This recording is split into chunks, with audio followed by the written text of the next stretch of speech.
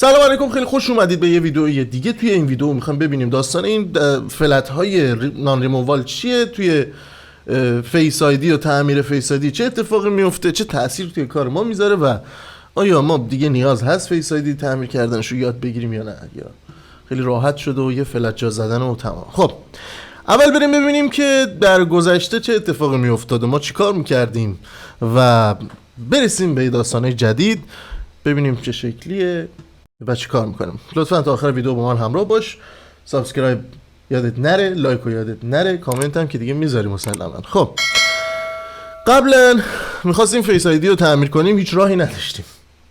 دروغ چرا؟ هیچ راهی نبود. زمانی که موولیتل میداد دستگاه و اکثرا هم میدونستیم که دات پروژکتور معیوبه، هیچ راهی برای تعمیر کردنش ما نداشتیم، هیچ روشی نبود، هیچ پروگرامری نبود.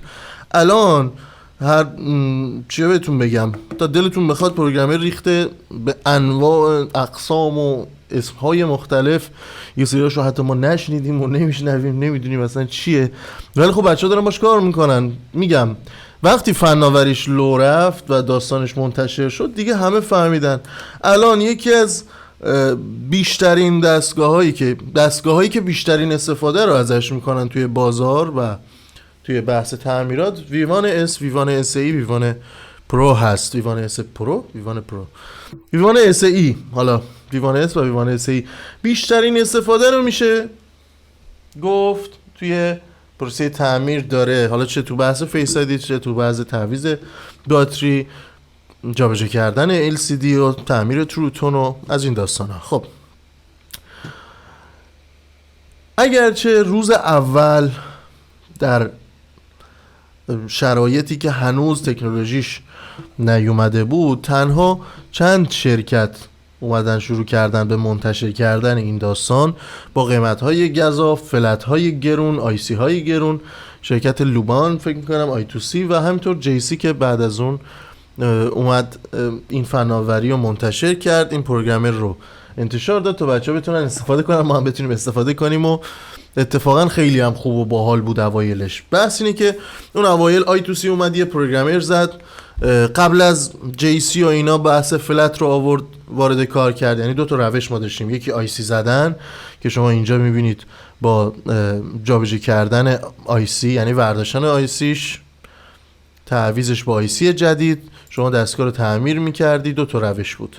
یکی هم این که فلت روی مادربرد برداشته میشد، فلتش روی چی بهش میگن، دوربین جلو، روی دات پروژکتور فلتش رو بر میداشتیم.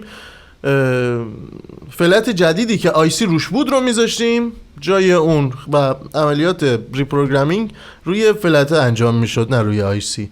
خب این دو تا روش بود که آی تو سی جز اولین شرکت هایی بود که اومد اولین بار این فلت ها رو داد توی بازار و خیلی هم خوب بود تا زمانی که دیگه خوب نبود و فلتاش داشت اذیت میکرد، آپدیت نداد، چیپاش معیوب میشد، بعد از مثلا یک ماه کار کرد و این باعث شده بود که دیگه بچه ها سراغ آی تو سی نرن، همه بیان به سمت جی سی، اینا که فلت زن هستن بیان به سمت جی سی و از جی سی استفاده کنن. الان خبری که اومده اینه که یک پروگرامری اومده یا چند نوع پروگرامر اومده که اینجا توی حساب توییتر VIP پروگرام فیکس میبینیم، VIP پراگ فیکس فون، یکیشون سب کن اینجا میبینیم یک پروگرامر به اسم AI که من توی اینستاگرام هم دیدم، AI نمیدونم هم مخفف چیه، داستانش چیه. این پروگرامر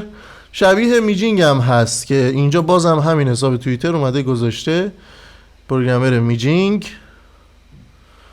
که آداپتور جدا میخوره برای کار خود پروگرامرها، آداپتور جدا میخوره و از طرف دیگه هم فلت هایی که ما باهاش نان ریمووال کار میکنیم، یعنی دیگه نمیخواد ماژول رو بکشیم بیرون، فلت رو ازش جدا کنیم، عملیات سولدرینگ و دیسولدرینگ رو انجام بدیم، بخوایم دوباره حالا الاگمنت کنیم، فیکس کنیم فیس آیدی، هیچ کدوم از این کارا رو دیگه نمیخواد.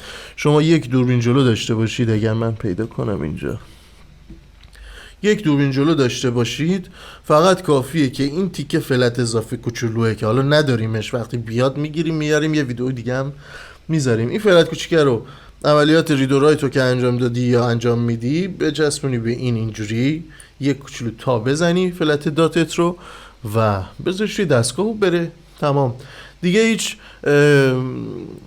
تعمیر سنگینی روش انجام نمیدی، تایم سنگینی نمیذاری، 5 دقیقه 6 دقیقه بیشتر زمانتو نمیگیره برای تعمیر دستگاه و خیلی راحت میتونی کارت رو انجام بدی. ولی 2 تا بحث میمونه، این یادتون نره، من توی اینستاگرام هم این موضوع رو گفتم. هیچ وقت قرار نیست که تعمیرات ساده باعث بشه شما دیگه اون کار قبلی رو انجام ندید. چرا؟ چون که زمانی که یه دستگاه میاد داتش شکسته، منشور روی دات شکسته و یا فلتش پاره شده که خیلی هم اتفاق میفته، دستگاهی که ضربه خورده، دستگاهی که تعمیرکار دیگه ای اومده حالا فلت رو به اشتباه پاره کرده یا آسیب زده، یا توی ضربه باز منشور شکسته است، شما باید 0 تا 100 پروسه تعمیر فیس آیدی یا تعمیر دات پروژکتور رو از ابتدای کار که جدا کردن فلت هست تا انتهای کار که فیکس کردنش و الاگمنت کردنش هست رو بلد باشید. پس این داستان باعث نمیشه که فقط یه کار 2 دقیقه انجام بدیم دیگه اون داستان رو یادمون بره و اون تعمیرات رو یادمون بره. حواستون به این موضوع باشه. I2C 6S اگه اشتباه نکنم پروگرامر I2C 6S خیلی پروگرامر باحالیه. من منتظرم یه دونش بیاد توی ایران بگیرم. 13 چیه یورو؟ یه دونش رو منتظرم توی ایران بیاد بگیرم و جزء پروگرامرایی هم هست که من دیدم دوستان دارن استفاده میکنن. مثلا میگم پراکسیمیتی سری 12 رو بدون اینکه هاردو بردارن آنبیند کنن unbind قفل رو باز کنن یا هر چیزی به راحتی توسط پروگرامر پراکسیمیتیشو عوض میکنن. میدونیم که برای تعویض پراکسیمیتی سنسور شما باید حتما قفلش رو از روی هارد بردارید یا به اصطلاح یک عملیات پروگرامینگ انجام بدید. ولی خب دیگه اینجا توی این داستان چون شما از سری X به بعد پرپل مود رو ندارید، تا خود X هست تا XS به بالا دیگه پرپل مود ما نداریم، باید هارد رو برداریم بذاریم تو پروگرامر.